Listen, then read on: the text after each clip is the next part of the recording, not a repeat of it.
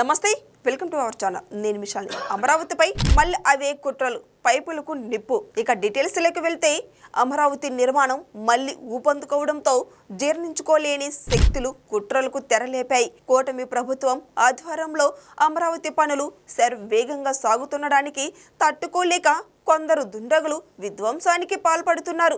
గతంలో భూ సమీకరణ సమయంలో చెరుకు తోటలకు నిప్పు పెట్టి రైతులను భయాందోళనలకు గురి చేసిన తరహాలోనే ఇప్పుడు నిర్మాణ సామగ్రిని ధ్వంసం చేస్తూ నీచమైన రాజకీయానికి ఒడిగడుతున్నారు. రాజధాని ప్రాంతంలో అభివృద్ధి పనుల కోసం ఎల్ఎన్టీ సంస్థ తెచ్చిన భారీ పైపులకు గుర్తు తెలియని వ్యక్తులు నిప్పు పెట్టడం ఇప్పుడు సంచలనంగా మారింది. అయితే ఈ అగ్ని ప్రమాదం వెనుక అనేక అనుమానాలు వ్యక్తమవుతున్నాయి.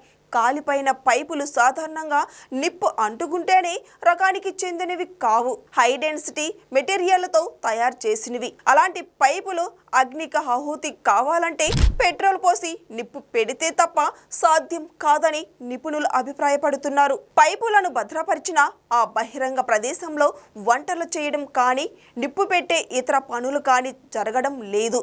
అయినప్పటికీ భారీగా మంటలు వ్యాపించాయంటే అది ముమ్మాటికి దుండుగుల పని అని స్పష్టమవుతుంది.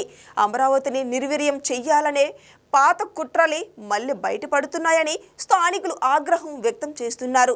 గతంలో రాజధాని నిర్మాణాన్ని అడ్డుకునేందుకు, ఇన్వెస్టర్లను బయట పెట్టేందుకు కొన్ని రాజకీయ శక్తులు ఏ రకమైన కుయుక్తులు పన్నాయో అందరికీ తెలిసిందే. ఈ విధ్వంసకర చర్యలపై కూటమి ప్రభుత్వం తీవ్రంగా స్పందించింది. ఘటన స్థలాన్ని పరిశీలించిన అధికారులు ఇది ప్రమాదం కాదని పక్కా ప్లాన్ ప్రకారం జరిగిన కుట్ర అని ప్రాథమికంగా నిర్ధారించారు. ఈ ఘటనపై సమగ్ర విచారణకు ఆదేశించిన ప్రభుత్వం దోషులను వదిలిపెట్టే ప్రసక్తే లేదని స్పష్టం చేసింది.